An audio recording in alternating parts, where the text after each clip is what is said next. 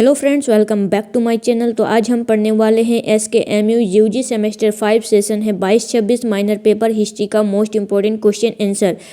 ये सेमेस्टर 5 के लिए हिस्ट्री माइनर का पार्ट 1 है और एक वीडियो आएगा वो पार्ट 2 रहेगा, जिसमें दोनों में आपको मोस्ट इंपॉर्टेंट क्वेश्चन करवाए जाएंगे। तो अगर आप चैनल पर नए हैं तो चैनल को सब्सक्राइब कर लीजिए, वीडियो को लाइक कीजिए और अपने फ्रेंड्स में शेयर कीजिए और हमारे Telegram channel and WhatsApp group को भी ज्वाइन कर लीजिएगा, क्योंकि इसका PDF आपको टेलीग्राम चैनल पर ही मिलेगा। और वीडियो बने चाहे ना बने, आपको टेलीग्राम चैनल में PDF प्रोवाइड कर दिया जाएगा। तो देर ना करते हुए चलिए हम शुरू करेंगे। इस वीडियो को देखेंगे माइनर हिस्ट्री का मोस्ट इंपॉर्टेंट क्वेश्चन आंसर। आज हम पढ़ेंगे SKMU सेमेस्टर 5 22-26 के स्टूडेंट के लिए माइनर हिस्ट्री का मोस्ट इंपॉर्टेंट क्वेश्चन आंसर। निम्नलिखित प्रश्नों का उत्तर दीजिए। ये 1 मार्क्स के क्वेश्चन है। क्वेश्चन नंबर 1 है, प्लासी की लड़ाई कब हुई थी? When did the battle of Plassey take place? Plassey का प्रसिद्ध युद्ध 23 जून 1757 को लड़ा गया था। यह युद्ध पश्चिम बंगाल के नदिया जिले में भागीरथी के तट पर प्लासी नामक स्थान पर हुआ था, जो बंगाल के नवाब सिराजुद्दौला और रॉबर्ट क्लाइव के नेतृत्व में ब्रिटिश ईस्ट इंडिया कंपनी की सेनाओं के बीच हुआ था।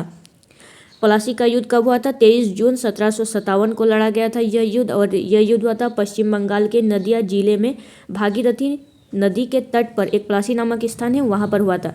और यह युद्ध हुआ था नवाब सिराजुद्दौला और रॉबर्ट क्लाइव के नेतृत्व में ब्रिटिश ईस्ट इंडिया कंपनी के बीच। क्वेश्चन नंबर 2 है, बक्सर का युद्ध कब हुआ था? When did the battle of Buxar take place? Buxar का युद्ध 22 या 23 अक्टूबर 1764 को बिहार के बक्सर में लड़ा गया था। यह निर्णायक युद्ध हेक्टर मुनरो के नेतृत्व में ब्रिटिश ईस्ट इंडिया कंपनी और मीर कासिम बंगाल के नवाब थे, सिराजुद्दौला अवध के नवाब और तथा शाह आलम द्वितीय मुगल सम्राट की संयुक्त सेनाओं के बीच हुआ था, जिसमें अंग्रेजों की विजय हुई थी। तो बक्सर का युद्ध कब हुआ? 22 या 23 अक्टूबर को 1764 को बिहार के बक्सर नामक स्थान पर। क्वेश्चन नंबर 3 है, 1857 के भारतीय विद्रोह की शुरुआत कहाँ से हुई थी? When did the Indian rebellion of 1857 begin? 1857 के भारतीय विद्रोह प्रथम स्वतंत्रता संग्राम की शुरुआत 10 मई 1857 को मेरठ उत्तर प्रदेश में हुई थी। यहाँ तैनात भारतीय सिपाहियों ने चर्बी वाले कारतूसों का उपयोग करने से मना कर दिया और विद्रोह कर दिया, जिसके बाद यह दिल्ली की ओर बढ़ गए। तो 1857 की शुरुआत कब हुई थी? तो 1857 के विद्रोह की शुरुआत हुई थी 10 मई 1857 को। डेट भी याद रखना है और साल भी। और कहाँ पर हुआ था? मेरठ में। और चर्बी वाले कारतूसों को उपयोग करने से मना कर दिया था भारतीय सेनाओं ने, इसीलिए यह विद्रोह लड़ा गया था, यह विद्रोह हुआ था। अब हम देखेंगे लॉन्ग आंसर टाइप क्वेश्चन, जो कि है 15 मार्क्स का। क्वेश्चन नंबर 1 है, प्लासी की लड़ाई के कारण, घटनाएं और परिणाम लिखिए। Right the cases, event and result of the battle of Plassey. Plassey की लड़ाई 23 जून 1757 को बंगाल में अंग्रेजी ईस्ट इंडिया कंपनी और नवाब सिराजुद्दौला के बीच लड़ी गई। 23 जून 1757 को बंगाल में ईस्ट इंडिया कंपनी और नवाब सिराजुद्दौला के बीच लड़ी गई थी प्लासी का युद्ध।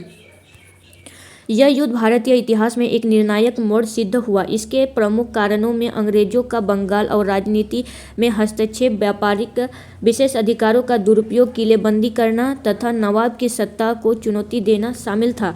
कंपनी के अधिकारियों ने दस्तक का गलत उपयोग कर मुक्त व्यापार किया, जिससे नवाब की आय घटने लगी। नवाब सिराजुद्दौला ने इस प्रकार विरोध किया तो अंग्रेजों ने टकराव बढ़ा दी। उन्होंने दस्तक का गलत उपयोग किया था अंग्रेजों ने, जिससे साम्राज्य की आय में घटित हो गई, साम्राज्य की आय घटने लगी। और नवाब सिराजुद्दौला ने जब इसका विरोध किया तो अंग्रेजों के टकराव बढ़ गया। इसी दौरान अंग्रेजों ने नवाब के दरबार में असंतुष्ट सरदारों, विशेषकर मीर जाफर से गुप्त समझौता कर लिया, जिससे नवाब की स्थिति कमजोर हो गई। अंग्रेजों ने मीर जाफर से गुप्त समझौता कर लिया था, जिससे नवाब की स्थिति कमजोर हो गई थी। घटनाओं के क्रम में नवाब ने कलकत्ता में अधिकार कर लिया, जिसके बाद अंग्रेजों ने पुनः शक्ति संगठित की। अंग्रेज सेना का नेतृत्व रॉबर्ट क्लाइव कर रहा था। अंग्रेजी सेना का नेतृत्व कौन कर रहा था? Robert Clive. प्लासी के मैदान में दोनों सेनाएं आमने सामने लड़ी। युद्ध के दौरान मीर जाफर और उनके समर्थकों ने विश्वासघात किया। मीर जाफर ने, जो अंग्रेजों के साथ गुप्त समझौता कर लिया था, उन्होंने वहाँ पर धोखा दे दिया और मीर जाफर ने वहाँ पर विश्वासघात कर दिया और नवाब की सहायता नहीं की। परिणाम स्वरूप नवाब की सेना कमजोर पड़ गई और सिराजुद्दौला को पराजय का सामना करना पड़ा। जिस युद्ध के परिणाम स्वरूप अत्यंत दूरगामी रहे। इसका परिणाम क्या हुआ? अत्यंत दूरगामी रहा।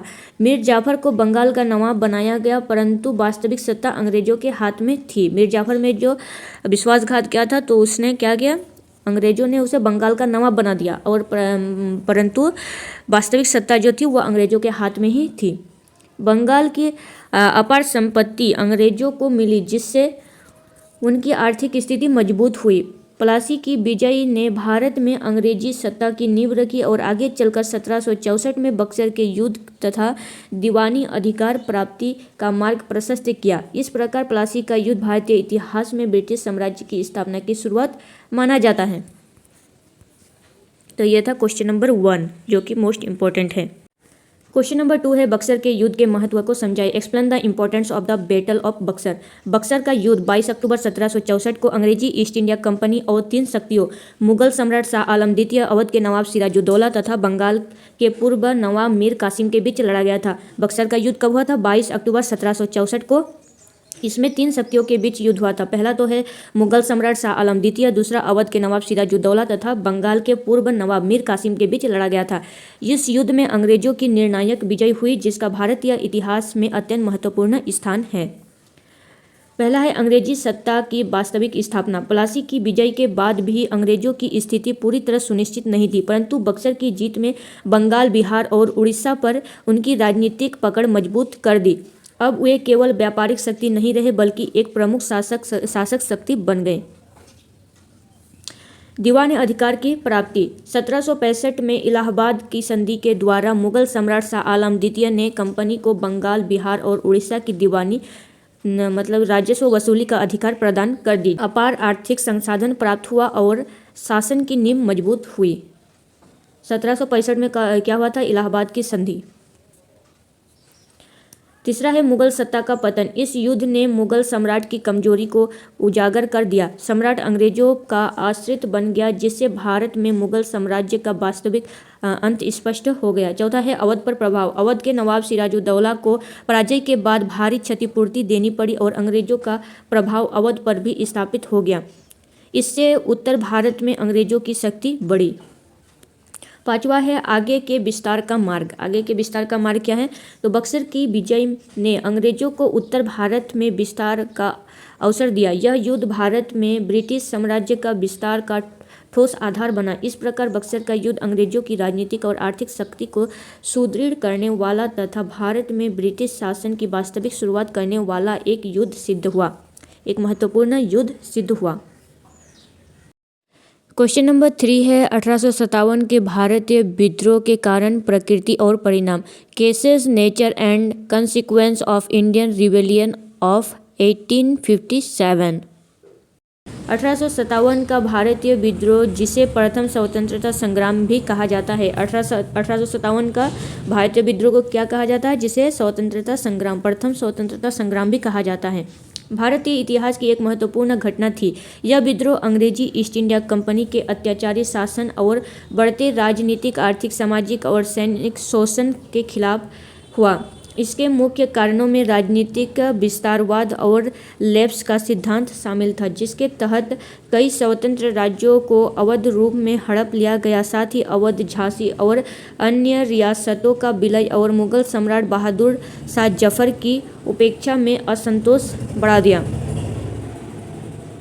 आर्थिक कारणों में भारी कर, भूमि राजस्व नीति और कुटीर उद्योगों का विनाश प्रमुख थे, जिससे किसान और व्यापारी वर्ग प्रभावित हुए। सामाजिक और धार्मिक हस्तक्षेप, ईसाई मिशनरियों की गतिविधियां और सेना में भारतीय सैनिकों के साथ भेदभाव ने विद्रोह और तेज कर दिया। विशेष रूप से कारतूसों में गाय और सुअर की चर्बी का इस्तेमाल सैनिकों के लिए अस्वीकार्य था, जिससे विद्रोह का तुरंत उग्र रूप दे दिया। सैनिकों ने मना कर दिया था कारतूसों का उपयोग करने से, क्योंकि उसमें सुअर एवं गाय की चर्बी थी। इसीलिए ये विद्रोह उग्र विद्रोह का रूप ले लिया, बहुत जल्दी ही विद्रोह का रूप ले लिया था। इस विद्रोह की प्रकृति केवल सैनिक विद्रोह नहीं थी, जिससे राजा, जमींदार, किसान और आम जनता ने भाग लिया। मेरठ से प्रारंभ होकर यह दिल्ली, कानपुर, लखनऊ, झांसी, बनारस और अन्य क्षेत्रों तक फैल गया।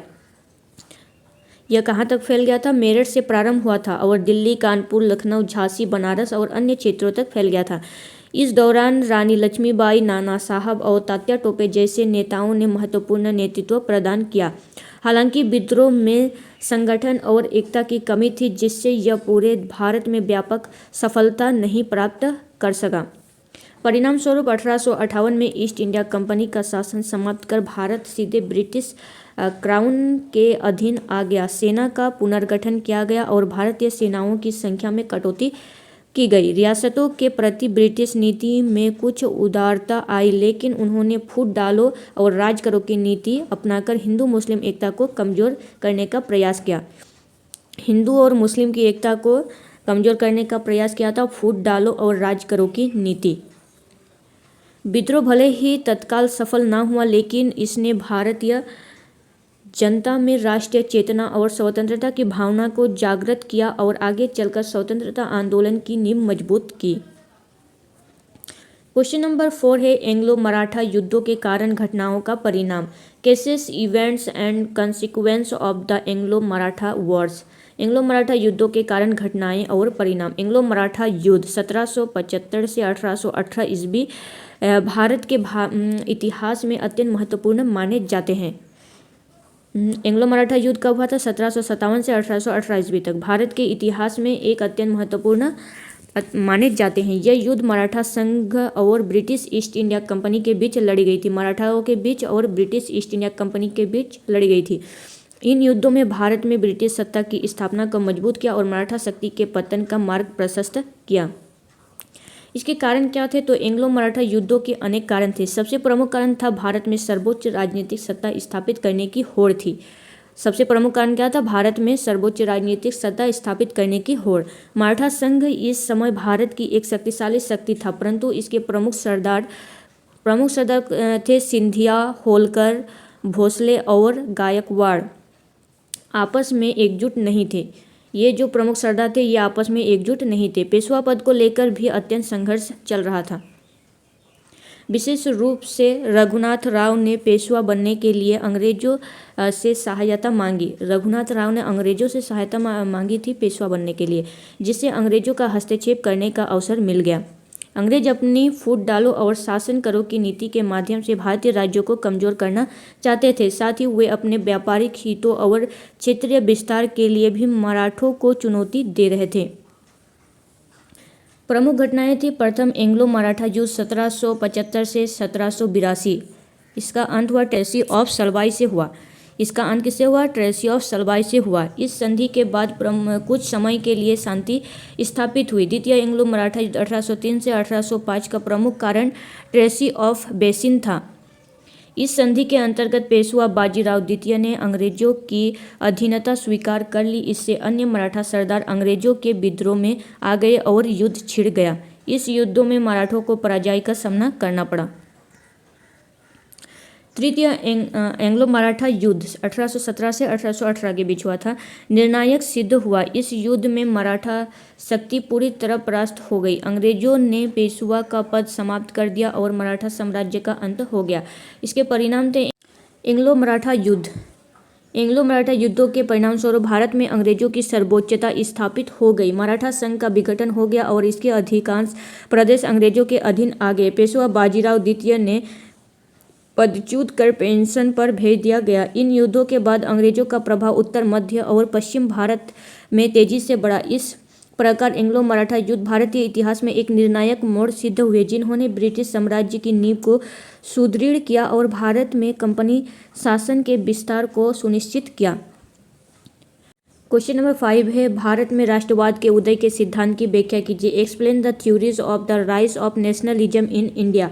भारत में राष्ट्रवाद का उदय 19वीं शताब्दी में ब्रिटिश शासन की नीतियों, सामाजिक परिवर्तन और आर्थिक शोषण के परिणाम स्वरूप हुआ। अंग्रेजों की औपनिवेशिक नीतियों ने भारतीय उद्योगों को कमजोर कर दिया। किसानों पर भारी कर लगाए गए और देश की संपत्ति को निरंतर बाहर जाना जारी रखा। इस आर्थिक शोषण को स्पष्ट करते हुए दादा भाई नौरोजी ने धन निकासी सिद्धांत प्रस्तुत किया। दादा भाई नौरोजी ने धन निकासी सिद्धांत को प्रस्तुत किया, जिससे भारतीयों ने अंग्रेजी शासन के प्रति असंतोष और जागरूकता बढ़ी। अंग्रेजी शिक्षा के प्रसार ने भारतीय समाज में एक शिक्षित मध्यम वर्ग तैयार किया, जिससे स्वतंत्रता, समानता और लोकतंत्र जैसे आधुनिक विचारों को अपनाया और राष्ट्रीय चेतना को मजबूत किया। सामाजिक एवं धार्मिक सुधार आंदोलनों में भी राष्ट्रवाद के विकास में महत्वपूर्ण भूमिका निभाई। ब्रह्म समाज और आर्य समाज और अन्य संगठनों ने समाज में फैली कुरीतियों के विरोध कर आत्मसम्मान को एकता की भावना को प्रोत्साहित किया। इसके अतिरिक्त रेल, डाक, तार और समाचार पत्रों के विकास से देश के विभिन्न भागों में लोगों के बीच संपर्क और विचारों का आदान प्रदान बढ़ा, जिससे राष्ट्रीय एकता को बल दिया। 1885 में इंडियन नेशनल कांग्रेस की स्थापना में राष्ट्रवादी आंदोलन को 1885 में क्या हुआ था? भारतीय राष्ट्रीय कांग्रेस की